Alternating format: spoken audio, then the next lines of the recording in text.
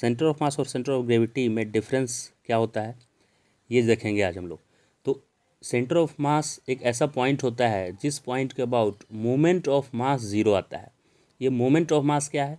Mass into उस point से distance, इसका प्रोडक्ट। जैसे यहाँ पे 2 किलोग्राम एक मास है, तो इसका एक पर्टिकुलर पॉइंट अभी मैंने सी उसको कंसिडर किया, इस पॉइंट से इसका डिस्टेंस अगर r1 है तो इस मास को इस डिस्टेंस से मल्टीप्लाई कर देने को ही बोलते हैं मोमेंट ऑफ मास।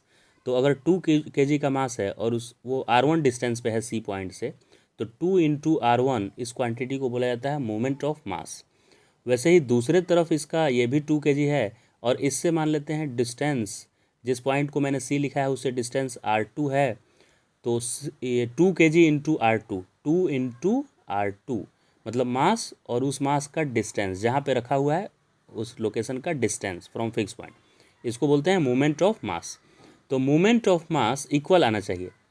तो ये इधर वाले 2 kg का और इधर वाले 2 kg का, दोनों का मोमेंट ऑफ मास मैंने लिखा है और दोनों को इक्वल कर दिया, तो 2 से 2 कैंसिल होगा तो r1 इक्वल टू r2 आया।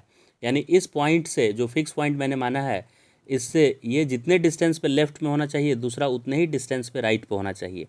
यानी कि एकदम बीच में सेंटर ऑफ मास एकदम सेंटर में आ गया, जियोमेट्रिकल सेंटर पे आया।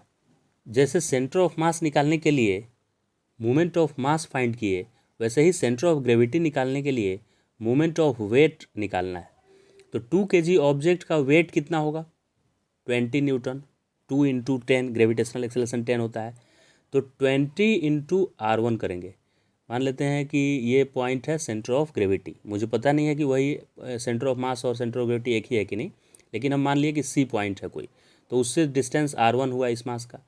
तो मोमेंट ऑफ वेट कितना हुआ? 20 वेट था, 2 kg ऑब्जेक्ट का वेट कितना होता है? 20 न्यूटन।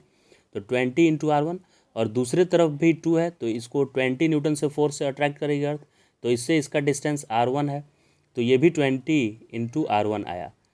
r2 ये डिस्टेंस है, इधर r1 माने थे, इधर r2 ये 20 से 20 कट गया तो r1 इक्वल टू r2।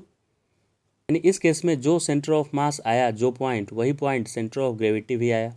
लेकिन अगर ऑब्जेक्ट का एक पॉइंट, ये पहला वाला 2 kg अर्थ के सरफेस पे रखा है और दूसरा कहीं पे बहुत ज़्यादा हाइट पे रखा हुआ है, माउंट एवरेस्ट के टॉप मोस्ट पॉइंट पे रखा हुआ है समझिए 2 kg, तो अर्थ के सरफेस और वहाँ में वेरिएशन आ जाता है ग्रेविटेशनल एक्सेलरेशन में। मतलब यहाँ g अगर 10 है तो माउंट एवरेस्ट पे ऊपर कुछ और वैल्यू होगा, 5 होगा मान लेते हैं।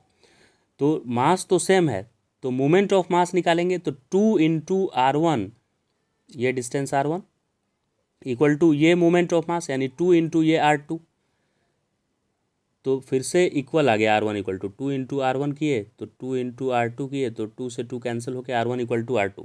यानी मोमेंट ऑफ मास फिर से सेंटर, जियोमेट्रिकल सेंटर पे ही आ गया। लेकिन मोमेंट ऑफ वेट निकालिए, तो वेट यहाँ पे mg चूँकि 10 है इसलिए 2 इंटू 10 20 आएगा, और यहाँ पे g की वैल्यू ही कम हो गई है तो 2 इंटू 5 मान लेते हैं, आधी हो गई है मान लेते हैं, तो 2 इंटू 5 10 आएगा। तो ये 20 आया और ये 10। तो अगर इस बार मैं कोई पॉइंट को मानूँ कि ये सेंटर ऑफ ग्रेविटी है, तो 20 इंटू r1 और दूसरे पॉइंट से उसका डिस्टेंस r2 अगर है तो वो 10 इंटू r2 के इक्वल आना चाहिए। So 20 into r1 equal to 10 into r2, क्योंकि मोमेंट ऑफ वेट 0 होना चाहिए, तभी बोलेंगे कि वो पॉइंट सेंटर ऑफ ग्रेविटी है।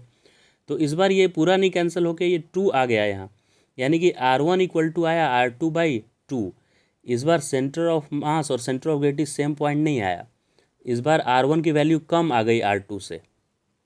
यानी कि जहाँ पे वेट ज़्यादा है, ज़्यादा अर्थ फोर्स लगा रहा है ना, उधर से ज़्यादा पास है, r1 कम है डिस्टेंस, और जिधर g कम एक्ट कर रहा है उधर से ज़्यादा डिस्टेंस पे है, ये r2 का वैल्यू ज़्यादा है।